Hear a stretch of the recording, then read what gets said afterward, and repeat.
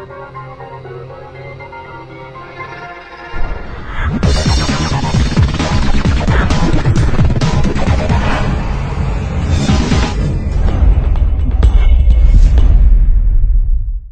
liberty and justice for all.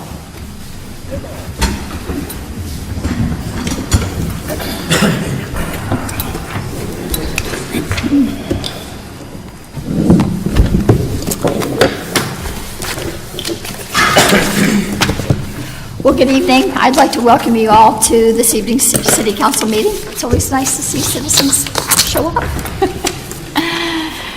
The first item on our agenda tonight is a listing under consent agenda, which is a group of items to be acted upon with a single motion or vote. This agenda is designed to expedite the handling of limited routine matters by City Council. I will ask if a citizen or a council member wishes to have any specific item removed from the consent agenda for discussion, and if either the public or a council member requests that an item be removed, we will remove it at that time prior to council's vote. The items on tonight's consent agenda include approval of the work session and regular meeting minutes of July the 11th, 2017, approval of the expenditure vouchers for July the 25th, 2017, approval of a renewal 3.2 beer off-premises liquor license for Giant, approval of a renewal liquor store license for Liquid Assets, approval of a renewal hotel and restaurant liquor license for Once Upon a Sandwich, approval of a renewal liquor store license for Cork and Bottle, approval of a renewal tavern liquor license and change in corporation for the Cortez Alex.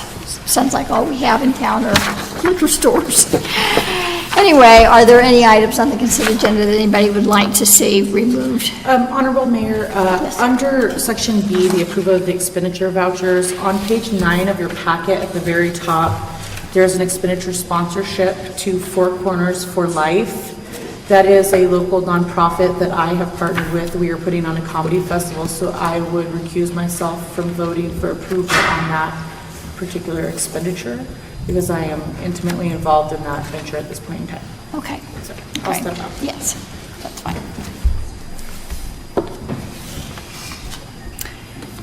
Are there any other items?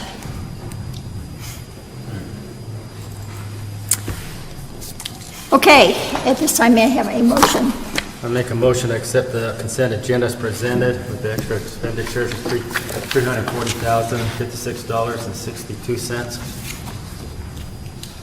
Second. Archibald? Aye. Lucero? Aye. McLaughlin? Aye. Carlson? She's recusing herself. Miller? Aye. Sheep? Aye. All right.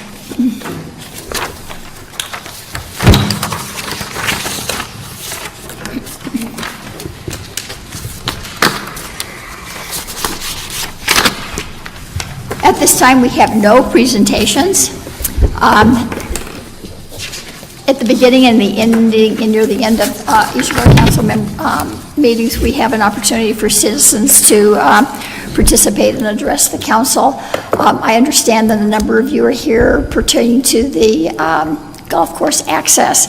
And so rather than having you make your comments at this point, which we usually do, if you don't mind, we'll just wait until we get to that section of the agenda where we actually discuss that item. And after it's been introduced and council has had a chance to visit a little bit, then I'll give you a chance to share your ideas and concerns, if that's okay. Just wanted to give you a heads up on that. Is there anybody else here this evening that has something other than golf course access to visit with council about? Okay. In that case, we have no public hearings, we have no unfinished business. So let's move on to new business, the bid results on the 2017 concrete cost share project. Bill. Madam Mayor, members of the City Council, good evening. This bid result is a part of the annual program that we do throughout the city, the concrete cost share, where we help in replacement of residential and commercial sidewalks with a cost share program of 50-50 split, as well as improve city infrastructure, ADA ramps, and do any parks projects and gutter pans and the like with, through our stormwater program. And this year, this project includes 12 ADA ramps, 150 square feet of gutter pan, 300 linear feet of curb and gutter, and just over 400 feet, excuse me, 200 square feet of new 6-inch commercial driveway approaches, 1,650 square feet of 6-inch replacement driveway approaches, 3,190 square feet of new sidewalks, and 4,173 feet of replacement sidewalks. We're splitting this program, like I said, through the Public Works budgeted amounts for concrete cost share and stormwater. It's coming out of the Parks and Recs Department, as well as a portion coming from the residents. After our advertising period, we opened our bids on July 19, 2017, where we received 3 bids from All Concrete Solutions in the amount of $159,479.32. Daniels Concrete and Excavation, $148,949.42, and Ramco Developments LLC in the amount of $210,195. Our engineer's estimate came in at $210,064.50. So between the street capital fund budgeting at $150,000, $26,000 for Parks and Rec work, and about $25,000 in reimbursement from commercial and residential reimbursement, you can see that we came in substantially under budget, which is really nice, at the $148,949 level from Daniels Concrete. And the alternatives for the council is you can approve the bid as submitted, you can approve the bid with any changes, you can vote not to approve the bid and state your reasons, or you can table this for further review. Staff recommends that we award this contract for 2017 concrete cost share to Daniels Concrete at the bid price of $148,949.42. Phil, my only question when I was reading this was that Daniel's bid is about $60,000, $60,000 less than your engineer's estimate. Does that send up any red flags at all, or is? Well, as you can see, the other All Concrete Solutions was very similar at $159,000. And the bid tab, if you can look at that, the biggest difference between the first and the Daniels and Ramco was the mobilization. Daniels is a local firm, and looking at the numbers, they seem reasonable. Okay. I think that he's going to be able to meet our requirements and provide a good product for us at this number. And you guys have been happy with their work in the past? We have. He does a good job. We do have to invest time in making sure that everything's done properly, but I think that he's gotten better and better since 2014 when he was starting to get contracts again every year. He's performed well for us. Okay. All right. Any other questions, council? May I have a motion? Madam Mayor, I'd like to make a motion to award the concrete cost share project bid to Daniels Concrete in the amount of $148,949.42. Second. Lucero. Aye. McLaughlin. Aye. Miller. Aye. Carlson. Aye. Archbeck. Aye. Sheep. Aye. Phil, ordinance number 1226, series 2017, backflow. Yes, ma'am. This is a follow-up to our discussion in the work session last week. As you're all aware, the city of Cortez has a backflow prevention program and cross-connection management. And this ordinance is going to update the original one from series number 1048 from 2005 with regards to verbiage, form and format, and some references. This change does not impact commercial or residential customers of ours with regards to inspection or fees. It's really just a housekeeping effort to update the ordinance. All right, we did talk about this last time. Are there any questions about this? No, it's just house cleaning, so. Okay. So I understand that this is not saying that it's changing as far as what type of backflow devices have to be inspected? No, sir, no. It's not changing the type or application, or the inspection period or what's required on any of our customers' part. It's about language only in the ordinance itself, and then updating the reference manuals that we use to back up the ordinance. Okay, I read it, I wasn't sure whether it was trying to change it from just backflow on sprinkler systems. Well, there are other backflow prevention devices like on fire suppression systems in restaurants, high hazard, what we considered high hazard environments for like water coolers, ice makers, where there's potential for backflow into the potable drinking water system. But those are already in existence. The ones that are existing. I know when I was out in the county, they had an issue with people throwing a hose in a watering trough. Right. And sucking that water back into. That is a problem. Yeah. It could be, yes. I didn't know whether that was addressing that kind of. Well, this identifies the specific hazards. In our meter setters for each residential use, there's a double check backflow device that's on the meter itself, but then we have a separate one for irrigation, and then when you have a commercial application, it gets dealt with through the IVC across the board. So. Okay, good. I understand now. I kind of read it. That's going to be limited to city limits. All right, any other comments or questions? All right, may I have a motion, please? I make a motion for the first reading ordinance number 1226, series 2017, providing the management control of backflow prevention device and cross connections with the city of Cortez, and set a public hearing for August 8th, 2017. Second. McLaughlin. Aye. Miller. Aye. Archibald. Aye. Carlson. Aye. Lucero. Aye. Sheets. Aye. All right, Mike, ordinance number 1227, series 2017. Good evening. What this ordinance does is council directed a few weeks ago for us to come back to you with enabling language to expand the outdoor dining program in the Central Business District. What this would allow for is in places on the city streets, in the parking areas most likely, to identify them and allow people to have service of alcohol and or food out there. It pretty much just adds that type of language to the street, to the outdoor dining ordinance part of this. When we were going through this, Linda and I also discussed this was going to be a great time to fix all the other ordinances or city code sections that we had, I guess, left alone last time. That's drinking in public generally. We added that the places authorized by the outdoor dining license were excluded from that, say like the golf course. There was also some language which talked about the golf course still being only 3.2 beer. We removed that. The same with the possession, or what we fondly call open container.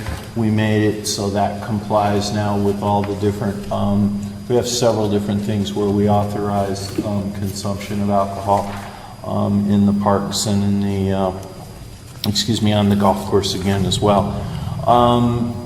This is an enabling ordinance for the parklet program that council's interested in. So staff suggests or recommends passage of this ordinance and setting same for second reading and public hearing. I forget which meeting Linda's got it set for. It's the first meeting in August, I believe, isn't it? August the 8th? Okay. With this, you can drink on the sidewalk now. I'm sorry, say that again. You can drink on the sidewalk with this ordinance now. Well, you can drink in designated areas of the sidewalk. There were several ordinances in the criminal section which prohibited you from possessing open containers of alcohol on city property.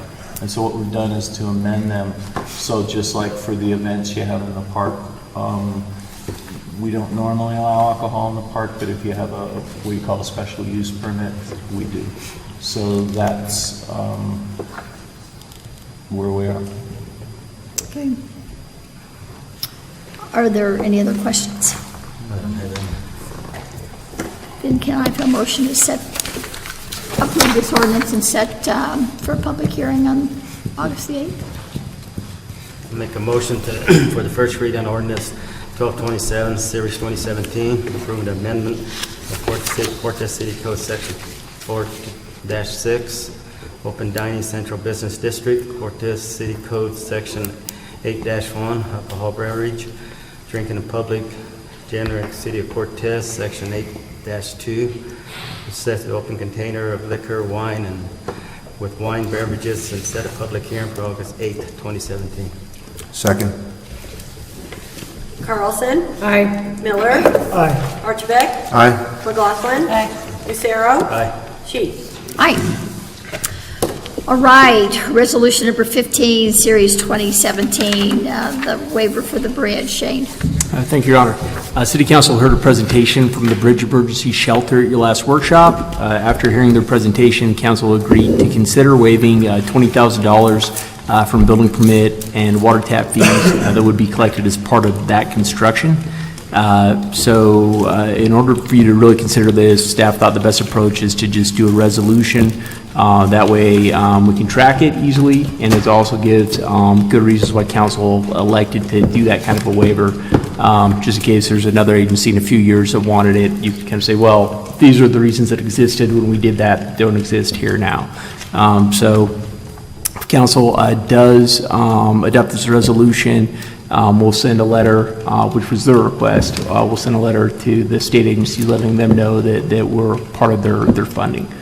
And staff recommends adoption of Resolution 15. Right. Resolution for the extra 20,000.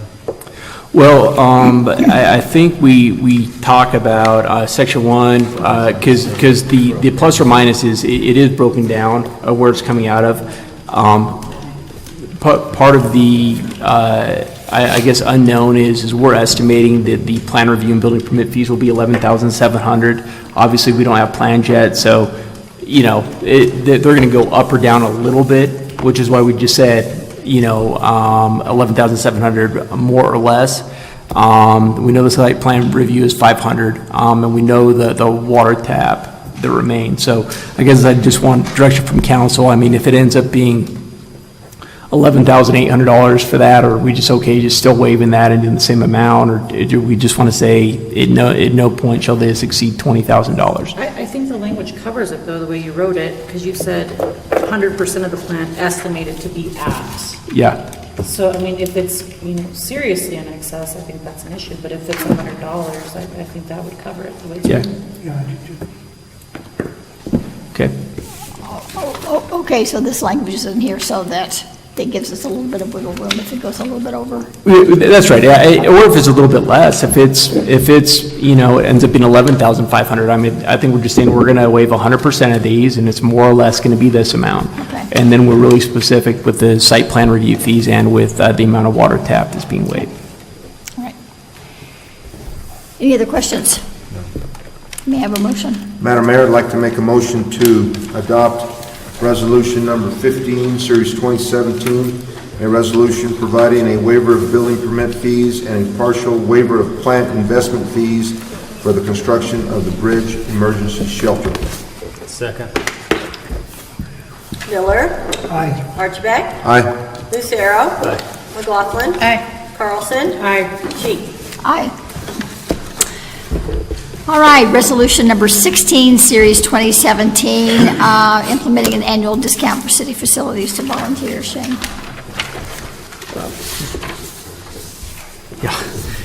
So as we discussed at our last 3 workshops, a question came up from one of our Planning and Zoning Commission members as to whether the City Council would consider offering discounts at city facilities just because they're city volunteers, and would we consider some kind of volunteer incentive.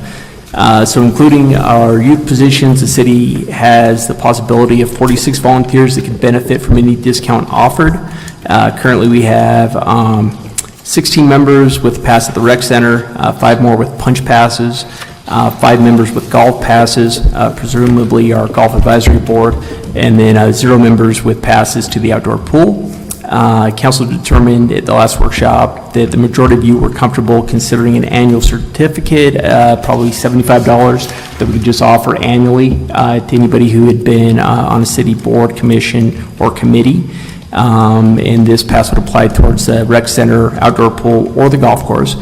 You also determined that it should start next year, so January 1st, 2018. It'd be a limited or specific period that it could be used. It'd be non-transferable. It'd be limited to one per person and could only be used at one of the facilities. You also determined the city council would not be eligible for that discount. So that's everything that we discussed. Following that meeting, I discussed kind of proposed resolution with staff, and we had 3 different department heads that brought up volunteers that they wanted council to consider. The police department has victims advocates that don't necessarily work tons of hours, but they can work on the weekends. They get called in the middle of the night. They have, I think, the police department and the community relies a lot on them in their service. Obviously, at the Welcome Center, we have volunteers, like the lady you met today who's volunteering 20 hours a week, who's basically, she's a part-time employee. She's working 20 hours a week. And then we also have a couple people at the library that also spend a lot of time volunteering. And so because council hadn't discussed that, and because I really didn't want to do a 4th workshop with you to discuss this again, go for some kind of record. You have 2 resolutions. One is A, and that's actually that, please refer to the one that's on your table, because I miscommunicated to Linda. So A is the original one, and this would just apply to the volunteer boards, commissions, and committees. And then there's also a resolution that is labeled B, and that one would also apply to certain volunteers. And you see that I did give some discretion in there because, for example, not everybody that volunteers at the Welcome Center would necessarily merit one of these. There may be somebody who comes in and volunteers for 4 hours a month. Well, they're not going to really merit it. So it's really just kind of gives the discretion to the department head to recommend to me, hey, look, I think these 2 people deserve consideration. And so it would add on certain volunteers, but it certainly wouldn't, it would come short of saying, well, if you showed up for cleanup day and volunteered 4 hours that year, you're not eligible for a discount. So that's what we got. Okay. So are you wanting us to approve each one separately, through A and then B? Or we just approve both of them? No, Your Honor, it's one or the other. Okay.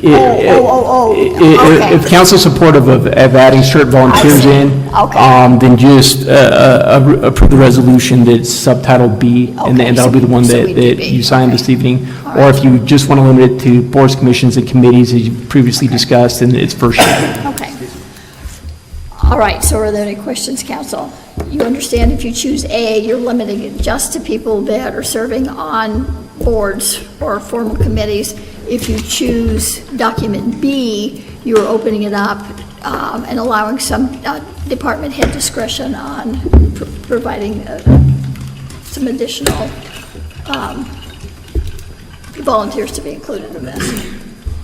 But subject to Shane's final approval, or whoever's the city manager. Okay. So may I have a motion, please? Madam Mayor, I'd like to make a motion to approve the Resolution 16, Series 2017, a resolution implementing an annual discount to city facilities to volunteer committee groups, commissioners, board members, and certain volunteers. Second. McLaughlin. Aye. Archibald. Aye. Miller. Aye. Lucero. Aye. Carlson. Aye. Sheet. Aye. All right. Kathy, Resolution 17, Series 2017, authorizing the city manager and others to negotiate investment transactions. Okay, currently the city manager and the finance director are authorized to invest funds on behalf of the city. While I do the actual investment of these, like I said, it's wise and prudent that we have another employee on there and that they become proficient on this to allow for a seamless transition should one of the positions of city manager or finance director become vacated, whether it be through retirement, moving, or whatever. It really allows for a seamless transition in those parts. Also on vacations, it is timely that we get those investments either reinvested or we act upon them. So if I'm on vacation and Shane is busy with meetings, we have no one to handle the reinvestment of those. So what we're asking council to do is to add our accounting clerk, who is, I would say, second classification in my office, does all of the accounting, does a lot of what I do, to allow that position to go ahead and invest funds should I not be available to do that, or Shay. So we ask that you approve this for those reasons.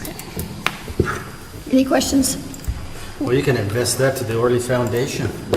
What? You can invest that to the Orley Foundation. Yeah, and I'd say I see this slightly different. I look at this as being a second person in finance, it's going through the mechanics. I think most of the time it's Kathy and I, if something comes up, we get, a call from an investment banker who says, somebody bought out, this treasury bond from you, you have $100,000 sitting there, I think this is a good buy, here's your instruments, and we discuss it, and she goes through the mechanics. So I look at this as being a little bit more pragmatically, just having, if Kathy's gone or if Kathy retires, really somebody in finance that understands those mechanics. So I don't think the person would ever just unilaterally, they if would I'm in a not meeting, take it she's not going to over. buy Fannie Mae without talking to me. Right.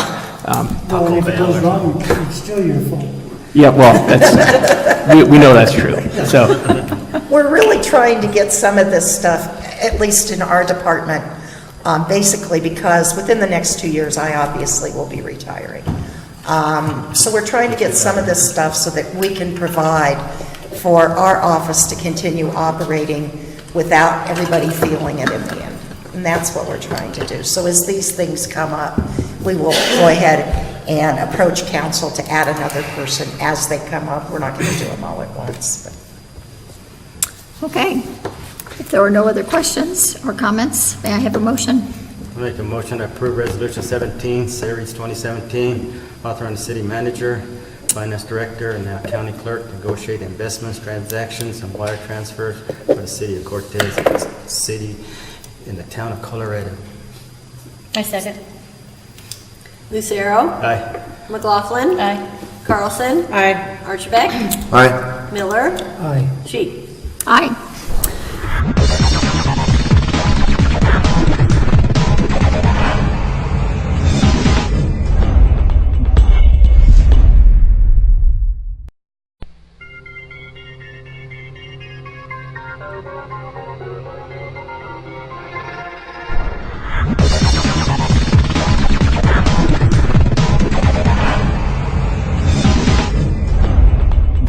All right, ordinance 1228, Series 2017, that's the one you guys are here to talk about. Mike Green prohibiting unauthorized entry into the Cortez Municipal Golf Course and false reporting. This is one of those ordinances that goes two different places, but accomplishes something. The golf course is like a lot of places. Access entry needs to have some controls over it. It's like a business. A nursing home, you got one door where people come in the front. You need to count people. You need to know where people are. You need to make sure that play doesn't get interrupted, or there's just people coming in and out that you can't keep track of. What the Director of Parks and Rec asked for was an ordinance that would limit the number of access areas subject to review by the Parks and Rec Director and the golf course staff to just where it was approved by council. You couldn't take down the fence on your own and come in and out of the golf course. We needed to look at where these places were going to be and how they were going to be accessed. There's been some discussion with different property owners and some situations. They seem to have been resolved, but it was deemed an ordinance was necessary. The second one has been something that's false reporting's been going on and off, and recently we had a fellow get arrested and said he was his brother. His brother had never been arrested, so when you pulled up the picture at the jail, there was no picture to pull up because the brother had never been arrested. So there was no way to easily verify if who the fellow we arrested was. So he was handled as his brother, and of course his brother showed up in court and he didn't. And so the fellow with no record ever had this happen to them. Currently, we have no city ordinance which allows us to address this in municipal court. In other words, the crime of false reporting. So that's what we have here. And basically, we're saying if you give false identification, false identifying information to a police officer, then you can be charged in the municipal court along with the other charges. This ordinance takes pieces and parts from the state statutes, so it's not something I just thought up on my own. I like using pieces of state statutes because courts of appeals have looked at them and said they're right, wrong, and so we know what we're doing. Staff has looked at this and recommends passage of ordinance 1228 and setting same for second reading.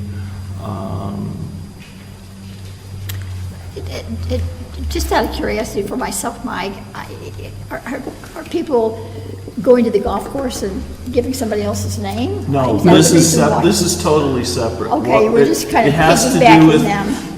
and that's, sometimes you have two different topics in the same ordinance, and I apologize, I should have been a little more clear perhaps in the, they're not tied to each other at all. Okay. We had a fellow in the park get arrested for the normal park misbehaviors, and he told the officer he was his brother. And this happens more frequently than one would think, but, you know, it's not it's a huge issue, and that's why we would like to address it in muni court. Well, and that's not entirely true. Whenever I go for get a barbell at the golf course, I say my name is Paul Deshay, so sometimes it does happen. Well, I wasn't really clear as to why it was, these two were being presented together as opposed to two separate. Because we could combine them together Okay. and save on some of the costs of some of the things. And it's like when we did the outdoor dining, we combined two other So, okay. criminal ordinances All right. there. I was trying to economize, if you will. In the future, if you don't want it that way, we can. Yeah. I'm all for streamlining. It doesn't make any difference to me. It's just that I thought maybe you were having a problem with people going to the golf course and claiming to be somebody else. What happens is we're amending different city code sections in Okay. the same ordinance, so ultimately they'll go out into what I call the blue book, where they belong, but, but the ordinance can talk about different topics. Okay, all right. Yeah, that was the same question I had. How come we got two combines of two different topics? I mean, that's the question I had. And the other, how many entrances do we have down to the golf course? Pardon? The entrance to the golf course, like I say in here, authorized entry, unauthorized entry, so how many entrances is there to the golf course for the people? And perhaps Dean can answer some of those questions better than I. Sure, City Council, we have basically, obviously, the one by the pro shop, but then otherwise, it's always been the Kaziz property, and that's the older man, Kaziz, what's his first thing? Joe Kaziz's, and that's, you know, I don't know that there's, how much official record is that, but I mean, that's been allowed by past council for that access point. Yeah, So and that's, that's on the north side. yes, on the north side. So those are the two allowed access points currently on the property, and everything else would be not allowed. That's just people have been taking down fences and whatnot. And there's also on the east side of the course, there's a lot of homes that back up that I think just enter. It's not designated entrance points, but there's just.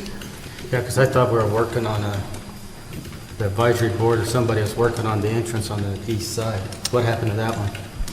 There just, at the present time, wasn't anything that was coming forth as from, you know, property owners or whatnot as, access points. So it just kind of died on the vine, and we're still open, we're open for that discussion to still have an access point, you know, if something presents itself. We're sure open to that discussion to do that. Yeah. Okay, so right now what we have is we have the access through the pro shop, and we have access that's allowed at this time right now through the Kaziz property. Yeah, on the north Okay. side. All right.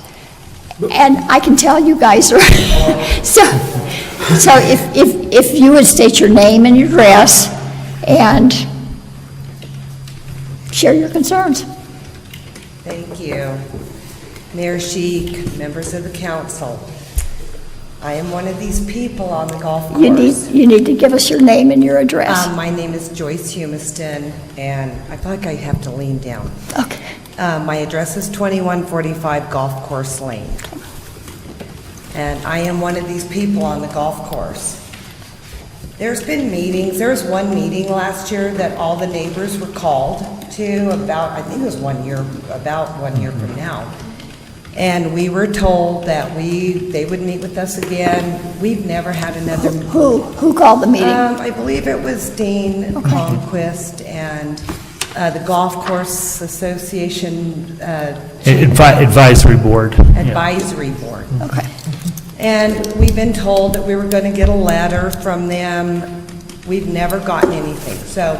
So we were quite alarmed. I was quite alarmed when I saw this in the newspaper. This is how we found out, all of us sitting here. No one's had a discussion with us since last year. So I put a few points down and I just want to briefly go through them. I built a beautiful home over there. That is my forever home. I look out every day at my national forest and I call it the golf course. And I watch someone else mow it and I get excited. I love it, you know? Every one of us in this room right now, we have purchased golf carts. We golf. We get golfing. We are not children. I get that we've been advised and told that there's liability. What if we get hit with a ball? You know, there has to be insurance. We could get hit with a ball playing golf. We understand golf. We know you can't cut across a fairway when someone's out there playing golf. So, you know, we question that reasoning. The insurance might be a little bit more for the city. Maybe they need to charge us more if they have to buy insurance. We would like access from the west side. I believe there's some people here that live on the east side that's going to talk about their access in a moment. We would like access. There's new homes being built over there every day. I think there's been 5 this year, which is actually a lot. I lived over there 3 years by myself, basically, and AJ Kazee. This is going to come up again and again and again. And so now the threat to us is that if we come out on the golf course or we exit, we're going to lose our golf pass. Well, this is what I'd like the city council to know, and the mayor. We are good neighbors to the golf course. We've all been good neighbors to the golf course. I've heard so many things in the last year, and a lot of it always seems to be pointed at AJ Kazee, that it's AJ Kazee's fault. And he tried to come in with this access for all of us. That was made in a discussion, and Mr. Palmquist was there during that discussion. What I'd like to say about AJ Kazee is it was AJ Kazee that stopped the four-wheelers out there one night at midnight, tearing the golf course up. We are good neighbors out there. We watch that golf course on that west side. There's no security over there. It's all of us neighbors. And we watch that like a hawk for this city. And we call the appropriate people when anything is going on out there. So I just think we're a good group of people, and I almost feel like we're being threatened. My fence did come down, and it was screwed back together, and my fence came down again, and the city screwed it back together. And I talked to Dean about Did the fence come down because it fell down or somebody else took it down? No, I took it apart. Oh, okay. For an access. Okay. But I took it apart as an access at that point because, as I told Dean, I had one elderly gentleman jump over my fence to get his golf ball. So my house is directly behind the 10 green. I get quite a few golf balls. I've never had a broken window, thank goodness. But I've had people jumping my fence, because it's my fence also. That fence also belongs to me, with the fence laws in the state of Colorado. I've had people jumping my fence to get their golf balls. He almost fell. Dean told me it was okay to leave my fence down. I put a sign up that said, if your golf ball is in my yard, you're welcome to come and get it. If it's in the swimming pool, you have to leave it there. That was my humor. But I've had people come in and get their golf balls. I don't mind them doing that. You know, it's a friendly game. It's a small city. It's a small group that plays out there. I don't care if people come in my backyard and get their golf ball. Why? I think that's a neighborly thing to do. I'd rather them do that than jump the fence. You know, I think, and I'm not trying to throw anyone under the bus here, but here we are trying to enact an ordinance. Is that correct, an ordinance? Yes, ma'am. Okay. Well, when you make rules, then you have to follow the rules. There's signs out at that golf course. There's rules out there that are not followed now. So we're going to pick and choose which rules we're going to follow. There's dogs running out there. They're called bird dogs by city employees. But there are signs that say no dogs allowed. But they say they're bird dogs to keep the geese off. Well, guess what? The geese aren't going anywhere. The geese are there. But yet these dogs are out there and they're violating, city employees are violating the rules out on that golf course, not us.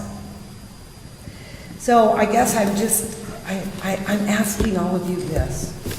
Why do we need to make more rules?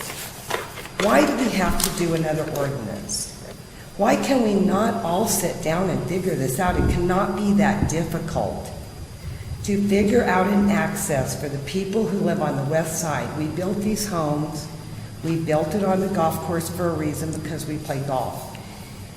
It seems like this world has gone a little crazy in my mind, and we just keep making more rules instead of trying to come up with a solution. And I can tell you, maybe some people have met, they haven't met with all of us one time. So I find it troubling to hear that they've met with us and no solution has come up. They have not met with us one time. Has there been any discussion at all about There was easement discussion. or right-of-way? There or was discussion, and I think I'll let AJ, because he answered that about access. You know, part of the thing in the newspaper said that there was people complaining. I would love to know who these people are complaining, and what are they complaining about? Because what I have found in my life is people who complain, there's usually 2 or 3, and there's 100 that don't. But these 2 or 3 are always the loud voices, and they get everyone's attention for some reason. We don't know of anyone complaining. So that's news to us. I'm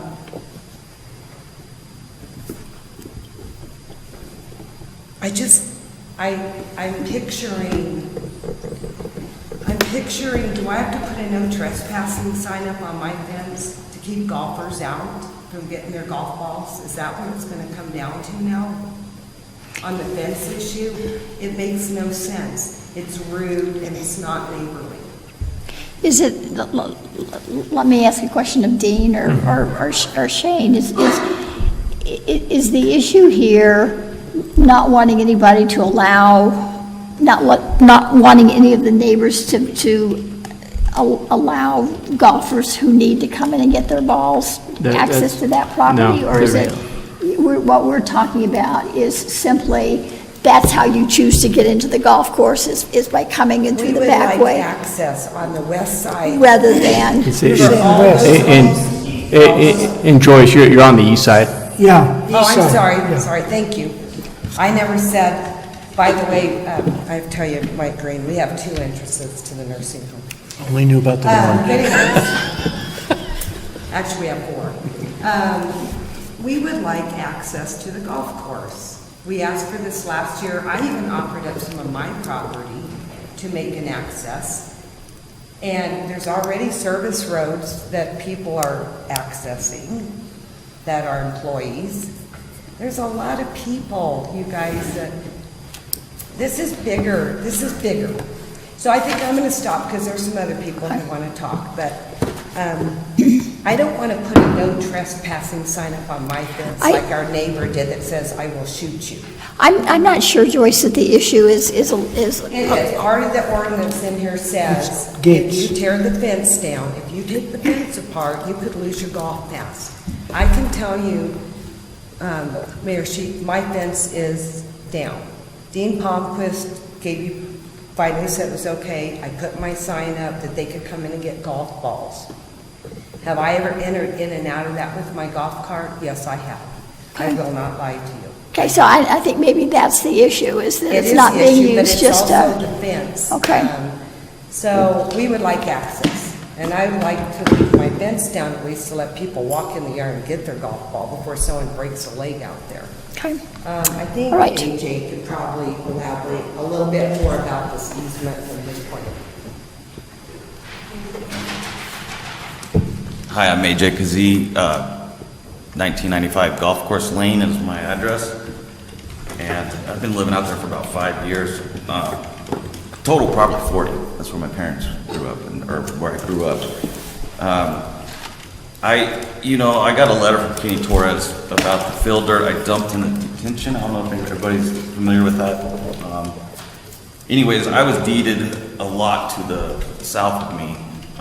My lot is 19A. It's actually a detention pond. And I put some fill dirt in there, and I didn't move it in a timely manner, so I got a letter from the city saying that to stop, and I did. What I was doing is I was building up the berm for the erosion on the east side or the south side of my house. Well, I got that done. Kenny Torres came over, signed off on it. Looks great. I think there was a lot of confusion with people because I gravelled it, and it looks like an easement. Like Joyce, my fence is down. I don't see the harm in it. I grew up out there all my life. There was never a fence. Everybody on the west side or the north side has their own personal access. It's never been an issue. Mike Radowski, our own golf pro, has used my access when there was a Honda Accord going down number 2 fairway one night. Excuse me, I get nervous talking in front of people. I'm a car guy. You're just talking to friends here, so... I know. You're I know, okay. I don't like it. Anyways, I'm with Joyce. It's like we build homes out there because we're golfers. We're not doing anything, and we can watch that golf course. We can see who's using our access. Mine is right by my house. I mean, right literally from here to you, Mr. Mayor Sheik, to the fence. And I can shut it off from the street so nobody can use it. That's fine. I actually have a no trespassing sign because I caught people using it that don't reside out there. Now, if they reside out there, I have no problem. But they're trailing their golf carts out there and they're unloading them and getting on from that. Now, I understand that problem, and Dean and I have talked. I have a map. I was in a hurry.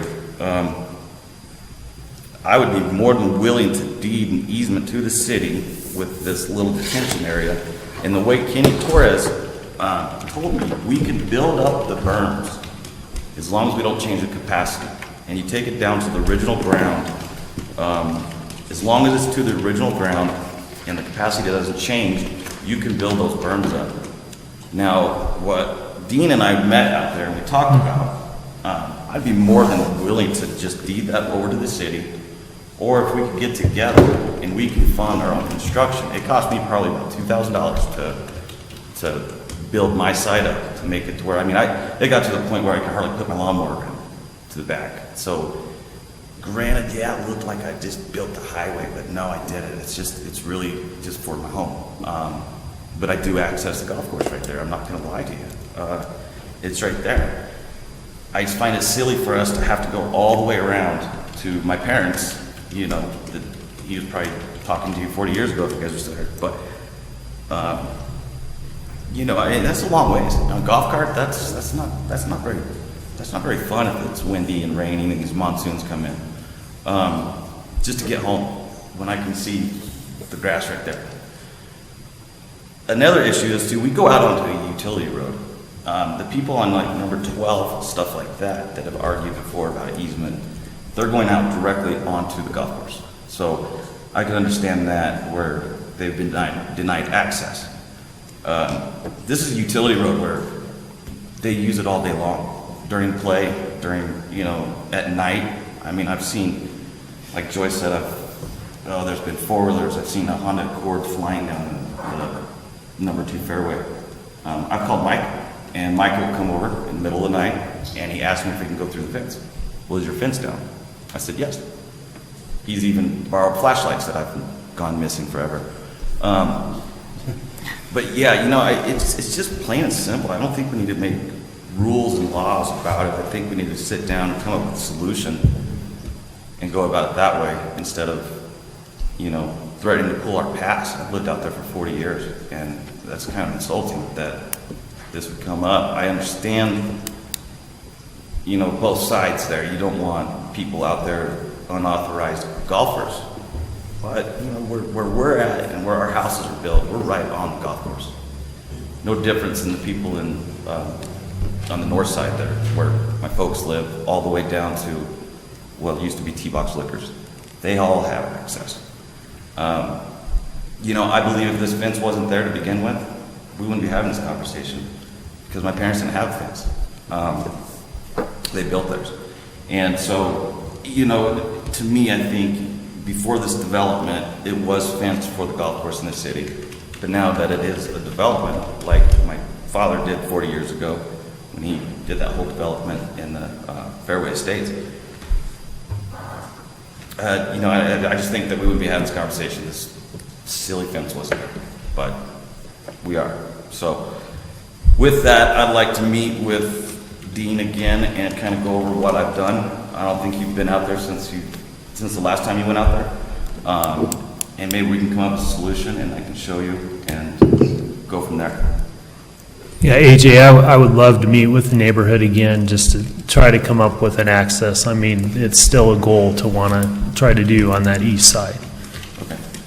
AJ, do you guys have a homeowners association out there? Is there any rules you're subject under that requirement? No. As far as HOA? Okay, No. thank you. We don't. Yeah. Sorry for the, did I cover everything? Okay. Thank you.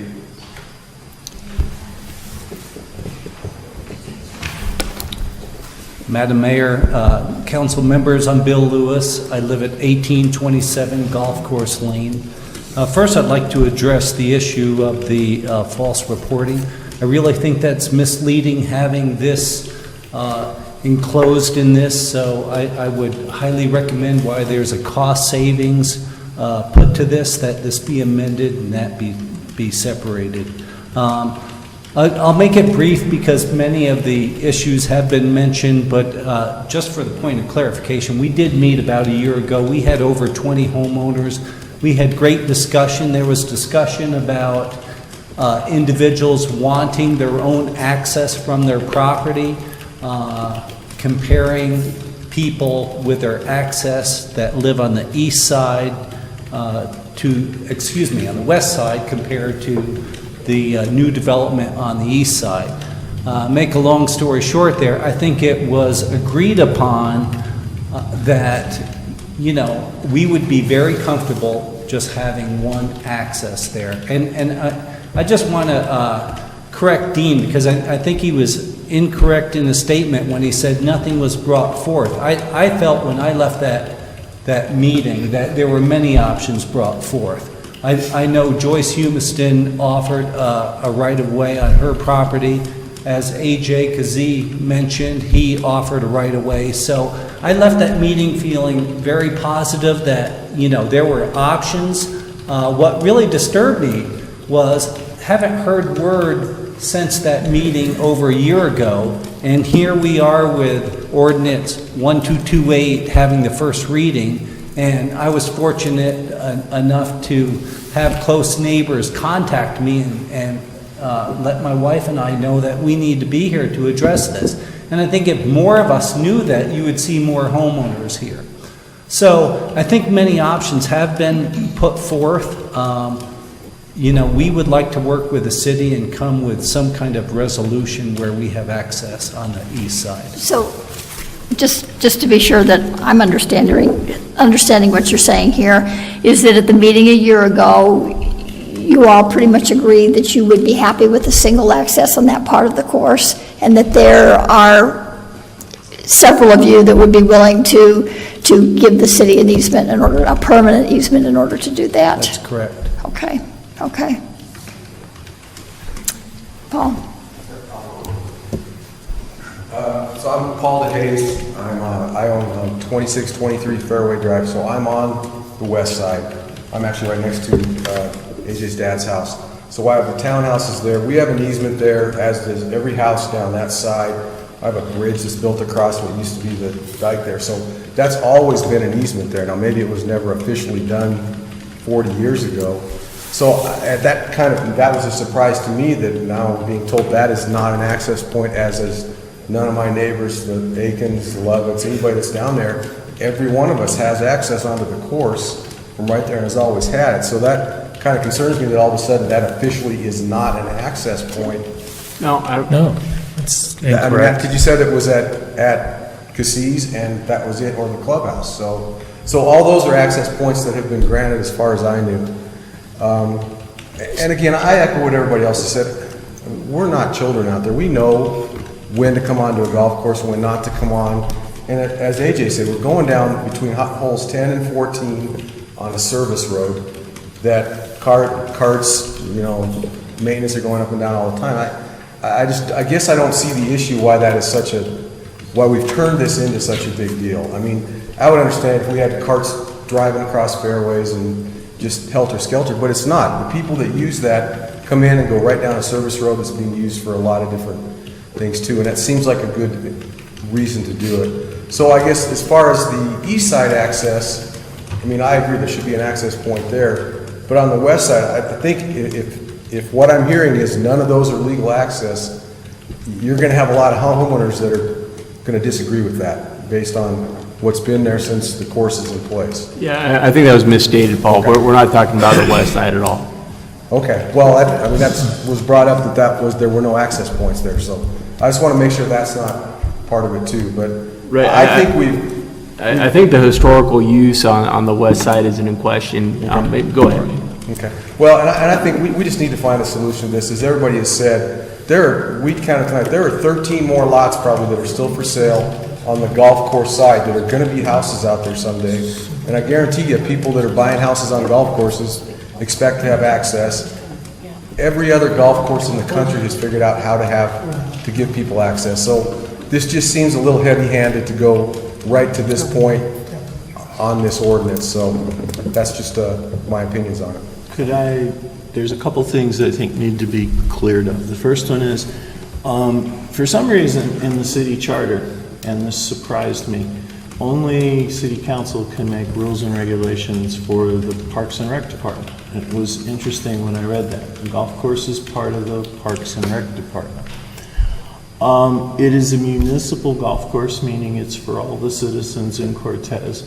And not just, so there's a problem in how do we give everybody access from all over the golf course instead of you guys get to go on from an easy place, but everybody else has to schlep over to some place only like at the pro shop. They can't get in anyplace else. So the difficulty here too, I think, is this does not say there can't be other accesses. It just says they have to be approved by the city. So what we're trying to do is to get a control, to get the process going. I think Dean has heard some things tonight. So I think if you folks come in with, well, hey, we want to do an access here, and the access is going to be in the middle of my lot. I kind of disagree that you own half of the fence. I think if the city put it up, they own it. They maintain it. That's, part of what the city paid for. And so these are some things that need to get worked out, but I think the ordinance, I look at it as a start rather than, it's got everybody's attention that maybe we need to look at these accesses, that maybe we need to plan them. So if you want to have one across this certain place, we need to go to Dean, get that approved, and that's what we're asking. So I don't think this is meant as a threat to your golf pass, but there has to be some sort of consequences if things aren't done according to, the rules. And that seems to have gotten everybody's attention. It's either that or fines or jail or whatever. So this is what we're just trying to get somewhere. And it's that is so heavy-handed to go from nothing to, we're going to come in and say, your pass is done. That's, I guess that's I'll tell you what here. I think in some respects we may be saying some of the same things. We're just we just reached a point we're not hearing one another. Your Honor, if I could, I'd just like to say a couple things, and then this lady would like to speak, but just from a historical perspective, when golf course estates went in, at the time, the city, we looked at the minutes, said there's no access from that subdivision, and it was just discussed. Chris Burkett, those folks said, we're not going to give any access from that subdivision. I agree with you guys that we do need an access. I think absolutely we got a lot of golfers there, we got a lot of players there, and we just have three concerns. One, it's got to be a legal access. We've had time and again where people are just kind of cutting through, knocking over a city fence, coming through different areas that aren't pre-authorized. That's got to stop. We've got to say, okay, let's go through the same place. Secondly, we are concerned about the liability. The city gets sued all the time. I mean, so I know you guys all know golfers and stuff, but we want to make sure wherever we bring people in, they've got a good path. Hey, look, you can jump on the access road. You guys can drive to the pro shop. You know, we don't want to bring people in, you know, through the middle of a fairway somewhere where they're just kind of willy-nilly. And our third concern is that people go and check into the pro shop. You know, we do have people that come in. It is a business for the city, a horrible business. We lose money at it, but it's still a business for us. So we want to make sure that people have that role to go in and check into the pro shop. So that's what we're trying to do. I mean, every year we have different sections of fence getting torn down. It's like we're constantly battling with it, and it shouldn't be a battle. What's that? Just up and down. All the time I hear, well, the section that's down right now up by the pond, it was, the people are coming in. I don't think that we said take that down. The one where people... Is it yours? Yeah, I think that the one that people have been accessing this year, that's just up by the pond, the city never... Well, I'm just saying that, as far as I know, city staff didn't take that down. That section of fence was just taken down. So this has been a perennial issue. So we just want to say, okay, fine. Up until tonight, I had no idea that we had two people that said, I thought there was issues with both of your accesses that had come up, with issues of giving those. If you guys have property, you say, look, we'll dedicate, that's great. That gives us a big solution. So, you know, we're just trying to bring some order to this because, like I said, every year we've had sections taken down, every single year. And we have people coming on. So we're just trying to bring a little order there. So that's the intent here. It certainly isn't meant to be any kind of an aggressive stance with anybody. I think we just want to find a solution. So I'm really happy to hear what I've heard tonight. It sounds to me like we've got a couple properties that'll work, and we could bring this to ahead really quickly. And I would guess that you guys want a solution too. You know, you want something that's going to work. You want something that's going to work for everybody. You know, this is a municipal golf course, it's not a private golf course, and there's a difference there too. Would it be possible, Dean, to maybe, if you guys will be sure that you leave your contact information, maybe Dean can get in touch with you all, and perhaps maybe you should just sit down at the table and kind of talk.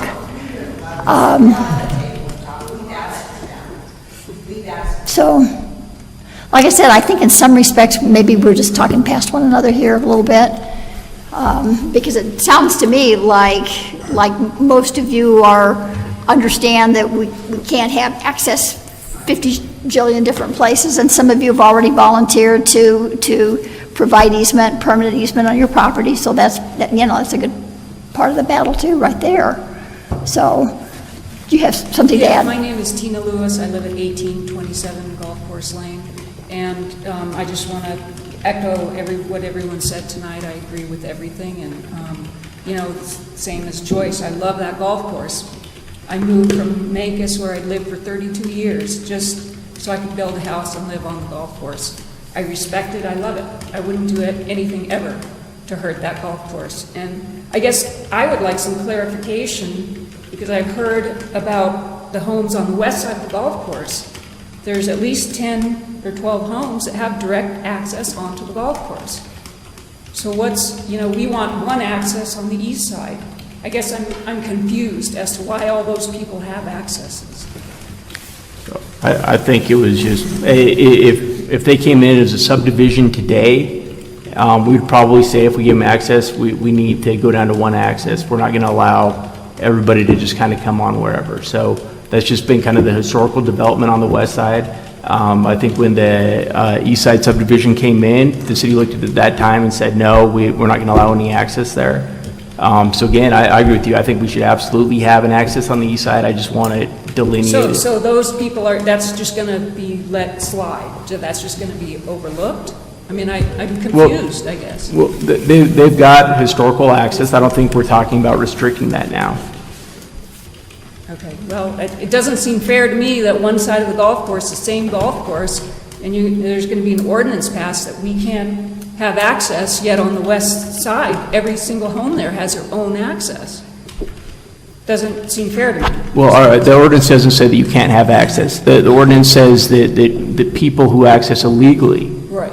So that's not the same thing, Matt. But I mean, that there was no talk about getting an access on that side. I mean, that's, from our point of view, what we were looking at is the east side wasn't going to get an access, yet the west side, all those homes have accesses. The historical easements of use. Yeah, they've been there forever. And again, if they started if the west side subdivided today, I think we would be saying the same thing. Look, we'll work with you to get one access, but we're not going to allow. Yeah, that's the bottom line. We would just like one access on that side. And I think we're in agreement with that. You don't have an argument here. Okay. Okay? All right, thank you. All right, so please see Linda, be sure she has your contact information, and Dean, if you could, sooner rather than later, We'll host make some another arrangements. neighborhood meeting, yes.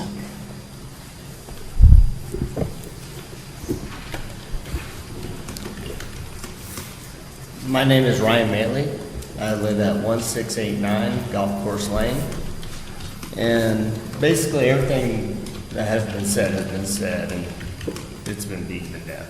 So, Okay. and I totally agree with my fellow homeowners and everybody that lives in the neighborhood.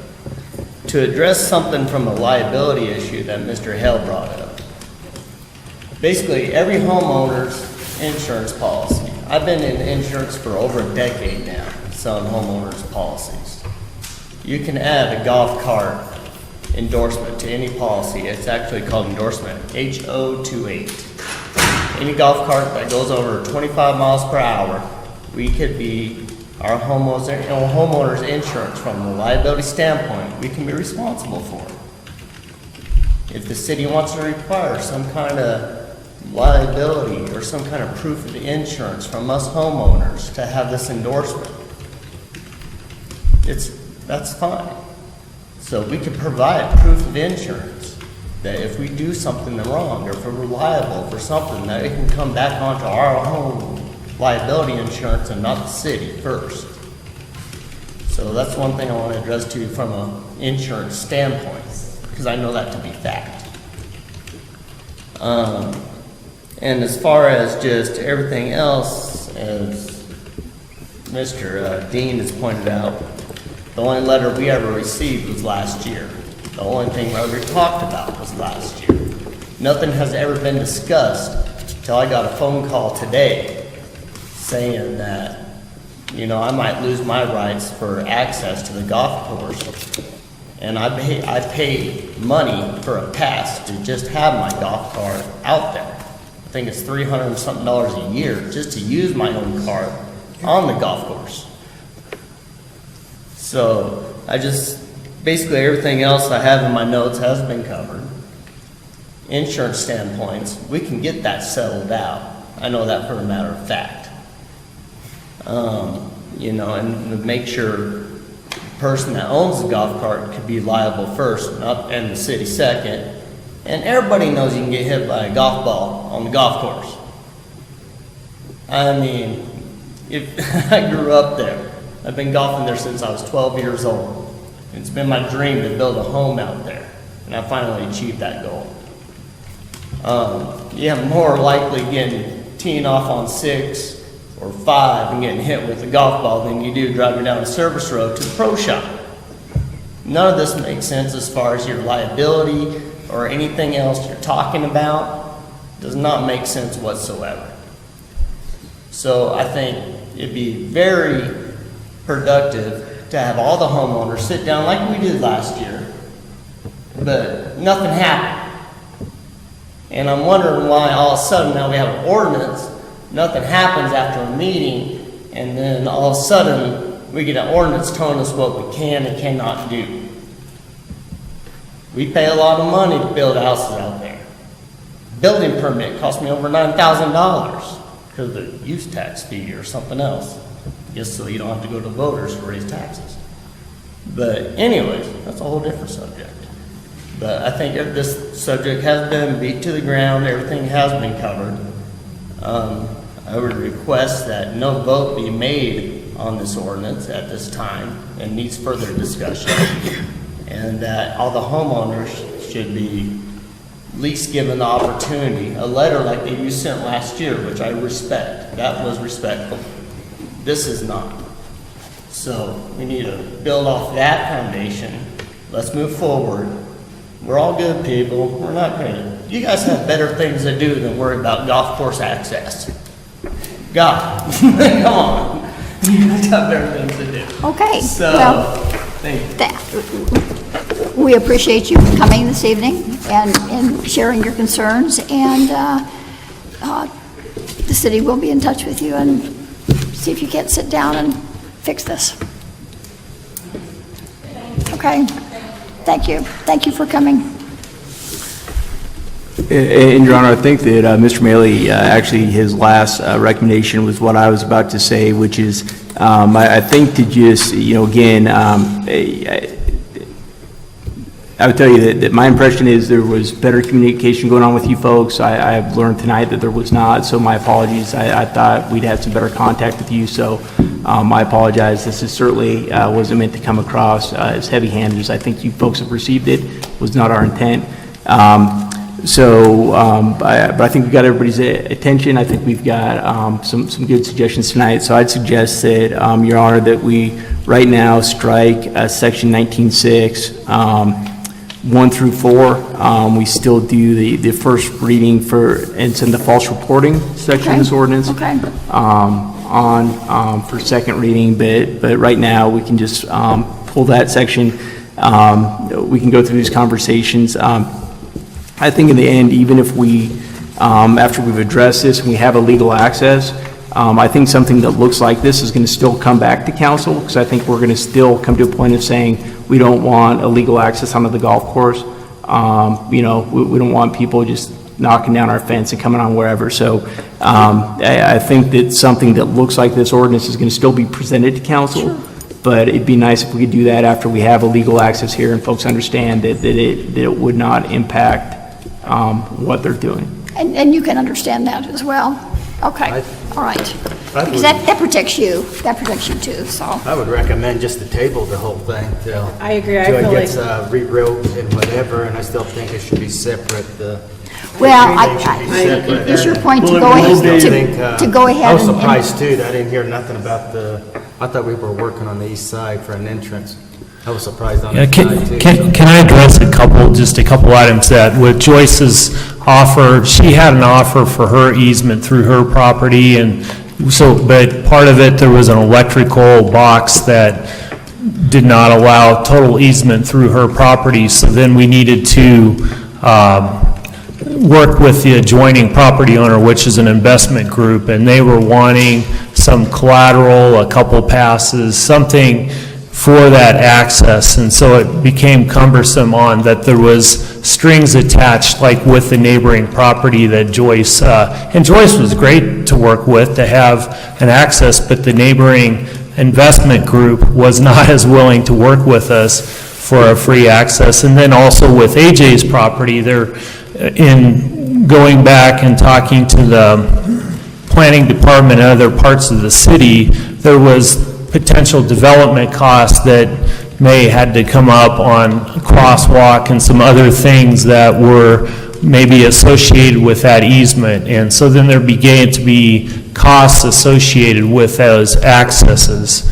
And so that's, it just seemed like every point we turned, there was always something that was hindering those accesses from becoming a reality. And I think and I apologize on my part if I did not, follow up and send a letter. I think that would have been the appropriate thing to do, to follow up and at least send a letter to say, hey, we've looked at both of these two access points, and they're not looking a possibility at that point. So I apologize on my side if not following up with a letter. I can see how important that is, just to make sure that follow-up was given.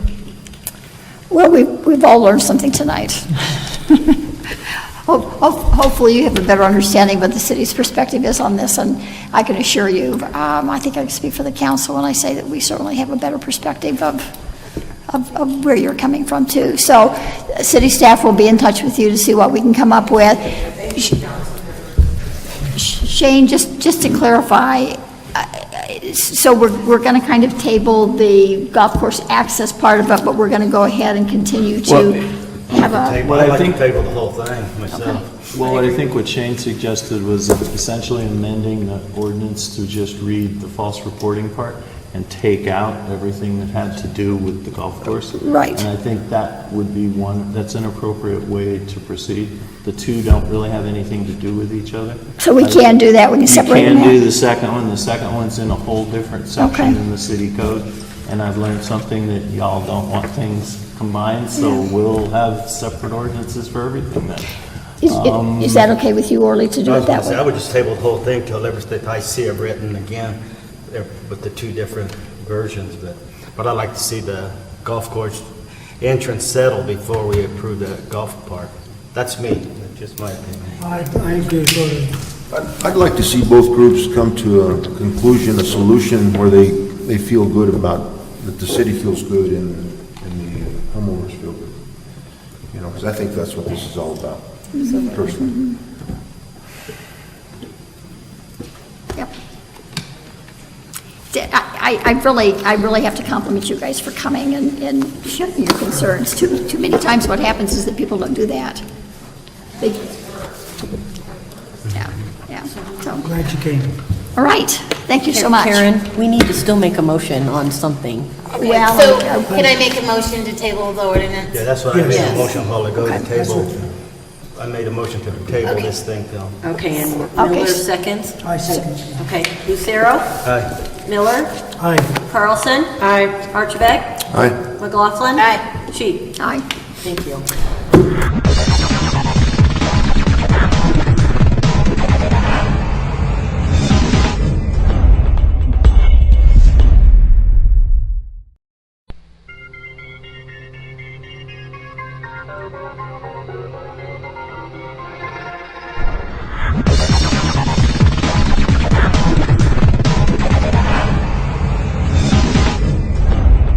All right. Thank you. Thanks. All right, we have no draft resolutions or ordinances. Other items of business. I'm assuming, Linda, that you have what you need, contact information for these folks? We'll get it from all of them. Okay. Okay, great. Okay. I'm assuming there is no other additional citizen participation at this point?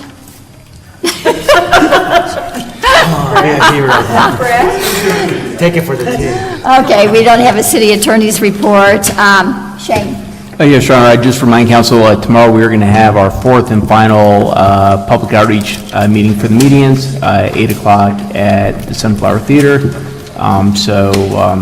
Anyway, like we reported at the workshop, the first three I think have gone really well. I'm glad we've done those, and then we'll give that same presentation to council in 2 weeks. Okay. City council committee reports.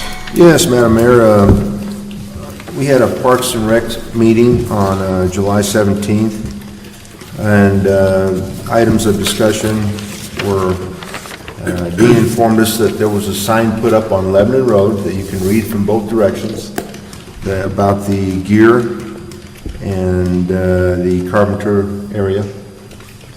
And whether you're going from the north and the south, you can see that sign. Dean also talked about our Montezuma Inspire Coalition grant proposal at a $1.5 million total that involved many, many groups. This grant is due August 26th.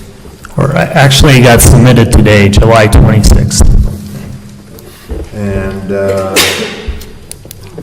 we're looking at September as to whether or not we're going to get the grant. And there's 19 communities in Colorado at this point applying for this, for money. And it looks like about half of them usually get money. So we're 50%, I guess, call it that.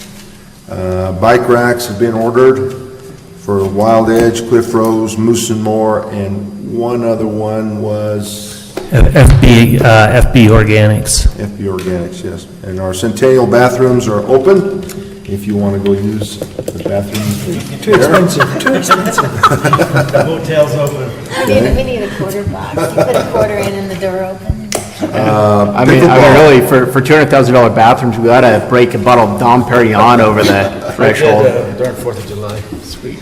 Our bid for our pickleball courts is due August 1, and our project completion is October 31. So we should have some state-of-the-art pickleball courts in future tournaments there. So if you're a pickleball enthusiast, you have something to look forward to. Locker room floors to be replaced the 1st of October. And we had more discussion on the possible park at the old high school site. And that was our meeting. Let me ask a question, because somebody asked me today, the impression that this individual got in reading today's paper was that there were possibly other competing elements for that 7th Street property. Is that the case? I'm not, or- I don't have that information. I'm sorry, I didn't hear your question, Your Honor. I was talking with a citizen today, and they were under the impression from reading the account in the newspaper that there were possibly other people that were interested in purchasing the 7th Street property, the old high school property. And so I'm not aware of that. I think the staff said, and we talked with council as well about the possibility of maybe the housing authority. Sure. There's also, we had the gentleman from Dove Creek come a few weeks ago and talk about a community garden. You know, we know that we want to put Yaffle youth football out there. I've already had somebody tackle me and pitch another baseball diamond. It's regulation. So I think we're going to have a lot. I think we have a lot of interested parties in the city doing a park, but I'm not aware of any private buyers. All geared toward having a park. As far as I know, unless they talk to the school It was district. just surprising to me, because I thought, oh, well, maybe there's something going on I didn't know, which is entirely possible. Yeah, and that's, I guess, possible by me as well, but I guess from the city standpoint, we're not aware of any other. Okay, all right, that just clarifies it for me, okay. Continue. We're done. Okay. Next. Mesa Verde Country met on Tuesday. We once again didn't have a quorum, so we weren't able to do any voting. So I don't know what's going on with that, but it's getting to be an issue. And is it our lodgers that aren't showing up?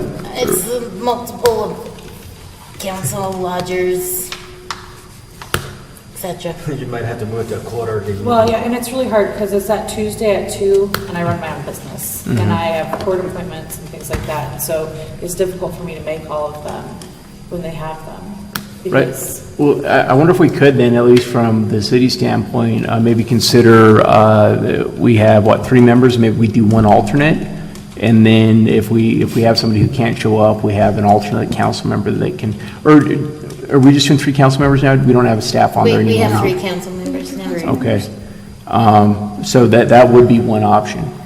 I'd be hesitant to put John Brooks on there for marketing, just because he has such a great working relationship with Mesa Verde Country and with CREA. I don't know if he'd feel comfortable filling in some kind of board capacity. I think he's better off working staff to staff right now. Well, Yeah. Better for staff. 2/3 of the city people were there. It was the rest of the board that couldn't make it for whatever reason. On this one, yeah. Yeah, I got it. We got it. Karen and I were there. Yeah, Brian had something, an emergency that came up, and so but I don't know what happened to the others.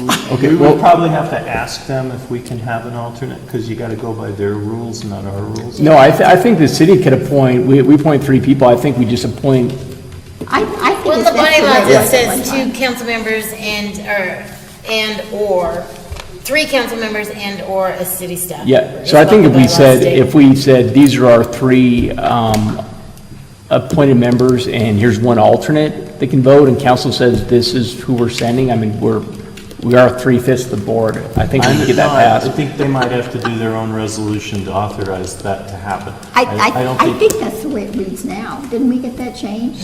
We did, We got that changed, so that's the way it reads right now, I believe. but it's not an alternate. It's, Yeah, I don't- it's 2 staff, or 3 city, One of which one can of be which a- can be a okay. staff. Okay, well, we could work that out, but I think still, if we're sending 3 people, and we only get 3 votes on the board, which is what we have, I don't, maybe they need to approve that. But anyway, we may want to consider that, because it's not going to always be Jill who has the conflict, other people can have Oh, yeah, conflict. So different times. I don't know that there'd be a bad idea to have an alternate if somebody were interested in that. Nobody's looking at me. Shauna did, but she didn't mean to. I mean, Somebody's there. not in the filling the alternate role. I'm just trying to think what the bylaws state. I don't I guess we think, better check the bylaws first. yeah, I don't think it allows for an alternate. I think it just allows for 3 city with One of whom one could be could staff. possibly Yeah, I be think you're a right. staff. I don't think there's any alternates in there. And then the rest are lodgers. I think 2 from the city and 1 from the county or something like that. I can't remember. It's 1 and 1, I 1 think. and 1, maybe? Yeah. Okay, so- well, anyway, so maybe we have to anyway. change theirs. We're not to talk this to death, but. Well, this is the second meeting that we haven't had a quorum on in the last 2 months. Probably 3 months. 3 months, because we do every other, so. Anyway, so, we talked about our Grand Circle membership and whether or not it really is beneficial to us.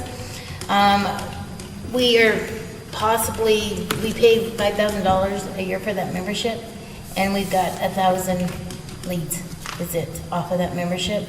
If you think about that, that's $5 a lead, that's pretty expensive. So we have to look at that and see if maybe that's something we want to continue with that membership. We got, as you all recall, we got a grant to do a podcast called Ancient Voices, and we've gotten through that one. It comes in 3 different phrases. Podcast 1 is from Cortez to Hoven Week, podcast 2 is from Hoven Week to the Heritage Center, and podcast 3 is the Heritage Center to Dolores and Mancos. And then those are in play, and you can actually go on our website now and get those downloaded. And you have to drive the speed limit to enjoy those. You have to drive, 45 miles an hour. if you drive too fast, you're probably gonna get there before the podcast, and let's just put it that way. What are you kidding? I passed that like 20 minutes ago. Which means you're not seeing anything anyway, so it doesn't make any difference. Yeah. So, we have also been working on our website, and Kelly stated that it has been a very painful and slow process, but it's starting to get there, slowly but surely. She's trying to get it where it's easier to navigate, where our drop rate isn't so high, because right now I think our drop rate, she said, was 68%, which is pretty high for a website. So her and Candace have been working diligently to get that done. We are working on our 2018 vacation planner. They have a meeting next month to get that started in August. The Hillsdale College Hillsdale College has a research statistic class. I can't say that. That's a lot of S's. And we're going to look at using them to maybe conduct some surveys. They actually reached out to us to see if we would be willing to participate in certain type of research that they do and just get basic statistics. And it's minimum cost to free. It's just to give them some experience with doing statistics. And those would be like visitation to this area and just different tourism type statistics of how people get to this area. We talked about maybe partnering with KSJD to continue the Ancient Voices, because we got the first grant, but the idea of maybe getting a second grant may be non-existent, pretty much. And so we thought, how are we going to continue to do this? And we thought of maybe partnering with KSJD, if we couldn't do that. What else? They've been in conversations with the Cortez Cultural Center about developing some agritourism tours. And that seemed really exciting to me. I think there's some real potential for that. So that's something that Kelly will continue to work on. And I think that was pretty much it. It actually was an interesting meeting. We didn't vote on anything, but that was. We had just the three of you sitting around. We just sat around and our bands the whole time. It was really wonderful. She brought us up to date. She brought us up to date. We actually got to talk. Yeah. And just do some brainstorming. That was kind of nice. Kelly's doing a good job. She's doing a really good job. She's great. Everything's way up too. Lodger's taxes up. Yeah, I think through last month, year to date, we were up 25%, which is just crazy. Yep. Knock on wood. All right, are there any other reports? Historical Society or Makeda? Well, this is the Culture Center. Okay. We had a little 4-hour meeting last Tuesday. We started another marathon, right? It was, but we started down in the plaza, and we went through making a list of how we can kind of spruce that up a bit, and it is starting to look nicer. There's a few maintenance items and safety items that we're going to fix up, but that's working out good. They're picking different plants to put in the garden that's going to go out there. The Patsy garden. Yeah. But anyway, so we did the plaza, and then we started the regular meeting. And the good thing is we're not in the red. That is very good. That is really good. And that has to do with the birding festival. I think that was one of the biggest money makers that we've had so far. But the donation and dues are doing good. The gift shop is doing real good. They've kind of changed some of the items that they've got in there. Instead of having the higher ticket items, they've gone to things that are more affordable, and they're moving them faster. They're not letting stuff sit there for a long period of time. And Becky just got a new program for the point of sale, and she's trying to get that started, so that's going good. The Native American dancing has been bringing in about 50 people at the dances. Wow, that's great. And there are 6 days a week, starting at 7 o'clock, and they'll go through September 2nd. And that actually helps the gift shop. Those 50 people coming in, they don't charge any admission to the people that come to the Indian dances, but Native American dances. Thank you. You're supposed to kick me under the table when I do that. But that helps the sales in the gift shop. That's how we kind of offset those. And September 16th, there's going to be a chili cook-off, which I'm sure will be great. There was a report, one of the board members had a resident down by the Hawkins parking lot talk about some vandalism that was going on down there, and they were saying that maybe there should be more police patrols. And so I said I would say something. I said something. Cool. And I think that's all we had. That's all we got done in 4 hours. Oh, that's a lot. I think you have a board member that feeds you though, don't you? Yeah, so there was goodies. I wouldn't stay. Anything else? Canceled for July. No historic. It's all going to be on first Wednesday of August. Oh, okay. For the workshop session tonight, we got to meet 2 new volunteers at the Welcome Center, Lisa Hackett and Cindy Michaels. Phil Johnson gave us a review of the corridor safety improvements, and also let us know that there is going to be a study of some, not the main access of Main Street, but streets to the north and south. And so his department has come up with several areas in town where there are traffic issues. Well, in your honor, it's both. It's a safety quarter study. It'll be on the highway, but it's not limited just to the highway. So it'll be the highway too? Yes, ma'am. Oh, So it'll be okay. the highway, plus it'll be Montezuma, plus it'll be Empires. It touches each highway. And then also still looking at a north-south kind of safe For bike bicycle route. access. Yes, ma'am. Okay, all right. Shane gave us an update on the CML conference, some really, really interesting things, which he's hoping to implement here at City Hall.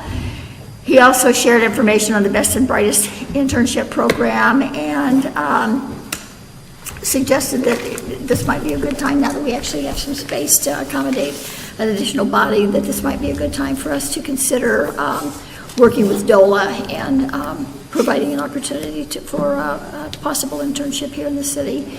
Great return on our investment. And we agreed to provide the Cortez Little League with $100 in support. No, 200. Oh, $200, excuse me, in support for them to travel up to Thornton.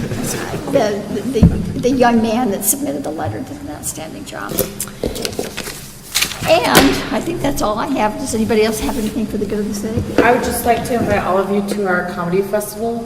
It is going to be August 4th and 5th. I don't know how I did it, but I have 13 touring professional comics coming to Cortez. And they're taking reservations now on the website. I got tickets. They are. There's tickets are on sale at Sunflower.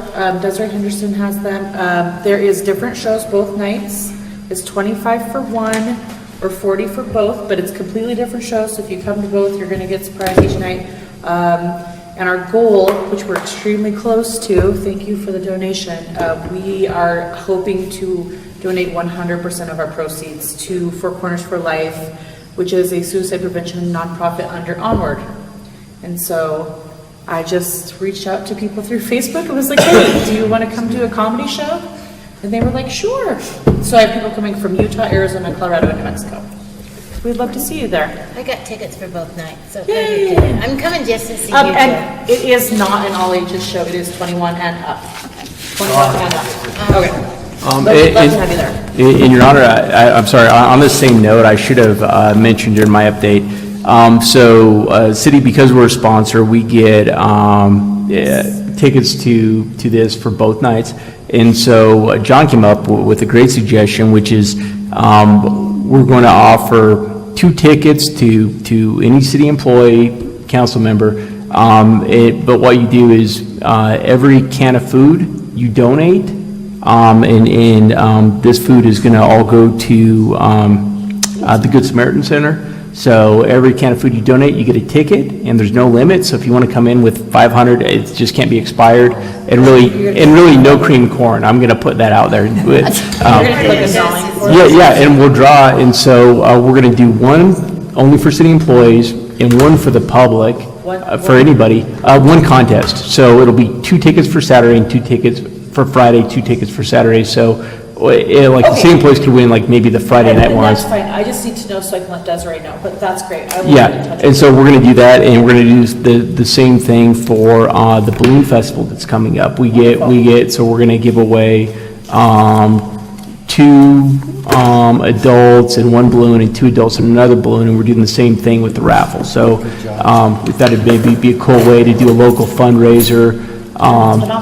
Get rid of the stuff, and then we thought, we've got, we'll get a few passes to the Montezuma Land Conservancy event, so we'll just designate another nonprofit and try to do a similar kind of. If you guys get me the information, I'll put it on, we have an event page on Facebook. I'll put it on there for people in the area. Okay, yeah, I'll forward John's email to you Great. right now. Thank you. So yeah, we'd hope to see you all there. I'm actually hosting Saturday. I'm the hostess. That's hilarious. I'm sorry. Just to see you. Yes, but it'll be fun. And Wes, my friend from Durango, who does Durango Comedy Showcase and also runs Suicide Nonprofit in Durango, is hosting on Friday. So. Did you want it at your law address? I'm sorry? The email? Yeah, that's fine. Okay. Thank you. Right, great, thanks. Sure. Okay. Go on, we're adjourned.